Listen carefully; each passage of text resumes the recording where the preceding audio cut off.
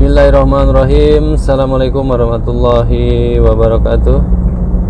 Sahabat-sahabat sekalian, kembali dari jalanan saya akan berdialog dengan Anda berkaitan dengan logika yang sumbernya dari Allah Subhanahu wa taala.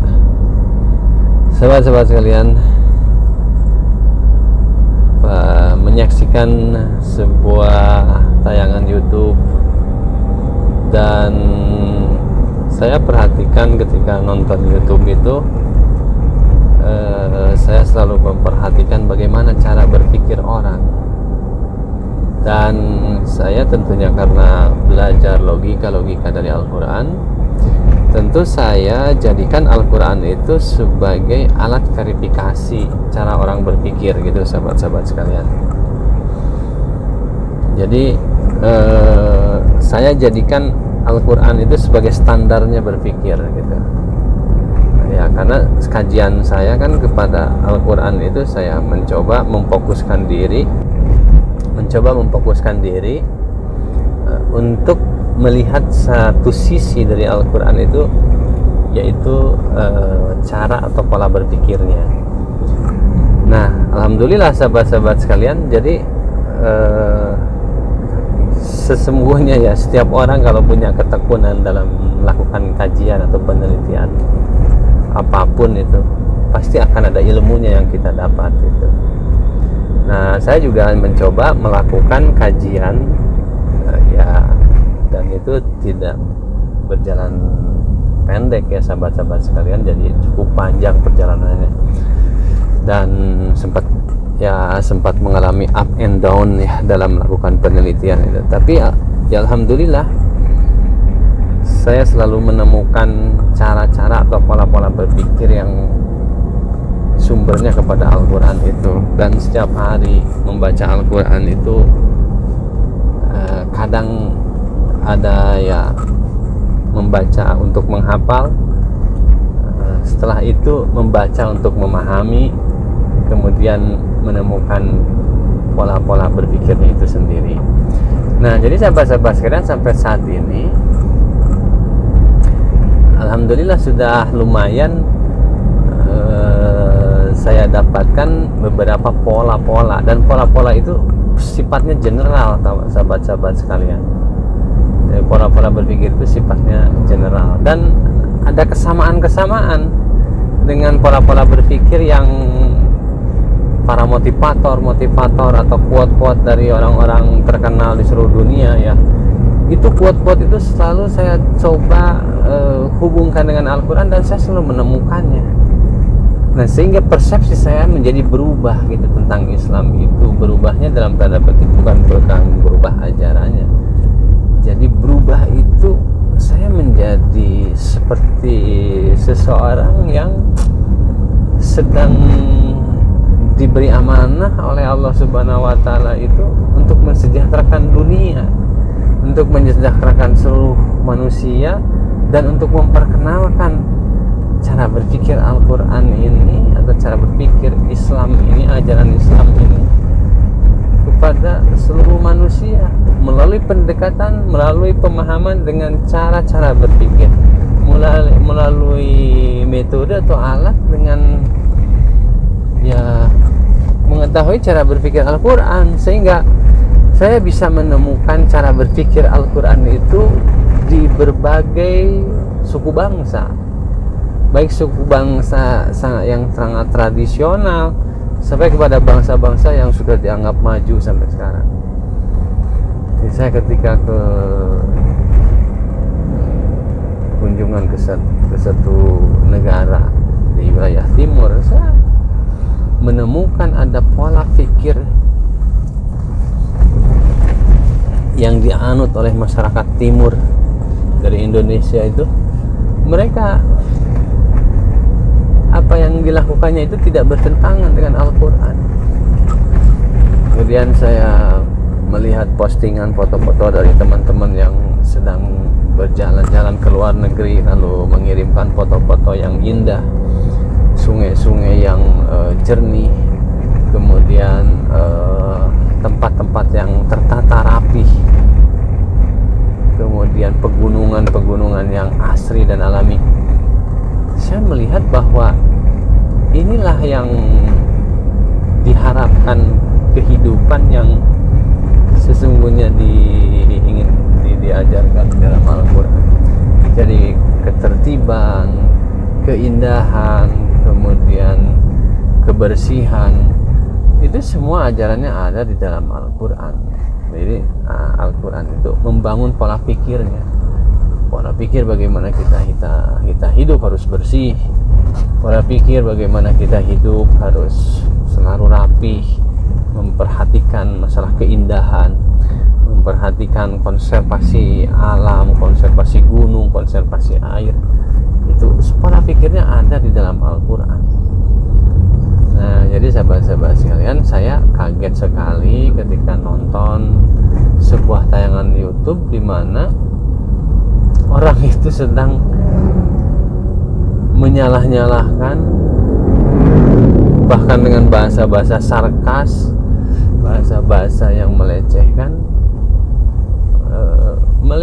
orang-orang yang mestinya dihormati gitu. Ya, melecehkan yang mestinya tidak dilakukan oleh orang-orang yang diberi ilmu pengetahuan oleh Allah Subhanahu wa taala. Jadi saya ingin meluruskan sahabat-sahabat sekalian, jikalau kita betul-betul berilmu, sesungguhnya keilmuan yang kita miliki itu adalah harus menjadi pola pikir kita. Jadi kalau kita belajar pola pikir Al-Quran, saya sudah tidak bisa lagi menghujat orang, sahabat-sahabat sekalian. Kalau kita belajar Al-Quran, saya sudah tidak bisa lagi menghina orang. Karena saya belajar pola pikir dari Al-Quran, saya sudah tidak bisa lagi menghina pimpinan. Karena saya belajar Al-Quran, saya tidak bisa lagi menghujat atau menghina-hina agama orang lain. Kenapa demikian? Karena semua ada dalam perintahnya di dalam Al-Quran, sahabat-sahabat. Dan itu saya jadikan pola pikir. Sehingga pola pikir itu menjadi pola tindak, menjadi pola ucap. Jadi kalau ada orang yang merasa berilmu, pengetahuan, belajarnya sekian tahun di luar negeri, sekian tahun di universitas ini, sekian tahun di universitas mana, tapi dalam bahasa-bahasa yang keluar masih ada hujatan, umpatan, kemudian mengklaim sebagai kelompoknya yang benar, mengklaim sebagai dirinya yang benar, saya kira keilmuannya masih rendah, sahabat-sahabat sekalian. Jadi sahabat-sahabat sekalian, kalau itu orang beragama, maka apa yang diperintahkan di dalam ajarannya dia akan pegang teguh, sekecil apapun. Nah, jadi sahabat-sahabat sekalian, saya jangan terjebak kepada label-label, gelar-gelar atau kelompok-kelompok. Jangan terjebak itu, sahabat-sahabat sekalian. Kebenaran itu tidak mesti ada di sebuah kelompok tertentu, tidak. Karena Allah itu sangat maha luas, maha mengetahui. Dan semua orang yang hidup di muka bumi ini hidup dengan aturan-aturan yang sudah ditetapkan oleh Allah Subhanahu wa taala. Mau dia mengakui Allah itu ada ataupun tidak, tapi dia tetap diatur oleh Allah Subhanahu wa taala, sahabat-sahabat sekalian. Jadi sahabat-sahabat sekalian, jangan mengikuti keinginan atau emosi kita karena merasa satu kelompok. Ketika perwakilan kelompok kita menghujat-hujat kelompok yang lain, lalu kita mengikutinya. Kira bukan seperti itu cara beragama yang baik, cara menjadi manusia yang baik. Bukan begitu caranya. Caranya adalah kita harus punya standar dalam hidup ini. Standar hidup ini adalah Al-Quran, sahabat-sahabat sekalian. Dan tentu kita untuk memahami Al-Quran harus mendengar pendapat-pendapat penjelasan dari orang-orang yang mengerti, yang memahami. Nah, sahabat-sahabat sekalian, jadi Mari kita sama-sama belajar kembali beragama sesuai dengan tuntunan apa yang diajarkan oleh Rasulullah SAW. Jadi sahabat-sahabat sekalian, Rasulullah SAW itu mengajarkan beragama kepada kita semua adalah sumbernya adalah kepada Al-Quran. Maka sunnah itu adalah Al-Quran, sahabat-sahabat sekalian, di dalamnya. Karena apa? Karena Nabi itu adalah pembawa wahyu dari Allah. Maka setiap wahyu yang diterima Nabi itu akan menjadi pola pikir Nabi gitu. Jadi ketika Al-Quran disampaikan oleh Jibril kepada Nabi Muhammad, maka Nabi Muhammad itu pola pikirnya menjadi pola pikir wahyu itu. Maka as-sunnah itu adalah Al-Quran di dalamnya. Jadi sebetulnya yang generalnya sunnah basicnya sunnah Rasulullah itu adalah Al-Quran. Kita bisa dapatkan itu dari surah Yasin ya. Jadi penjelasan dari surah Yasin itu adalah sebetulnya sosok para utusan itu adalah Al-Quran, akhlaknya itu Al-Quran. Maka sunnah itu sebetulnya ya Al-Quran, karena Nabi menerima, menyampaikan, dan itu menjadi pola pikir dan pola tindak Nabi. Jadi kita sepakati saja kalau sumbernya kita belajar kepada agama, ya belajar kepada Al-Quran. Kita elaborasi Al-Quran. Adapun terjadi perbedaan pendapat, disitulah kita harus memahami, harus saling mengerti bahwa kebenaran itu bukan milik kita. Kita itu hanya menafsir. Kebenaran itu yang ada dalam Al-Quran itu, dan Allah sendiri yang memahami dan mengerti.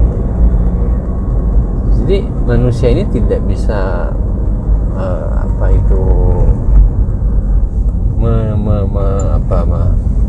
mengklaim atau memastikan bahwa inilah, tapi tetap kita merujuk kepada Quran.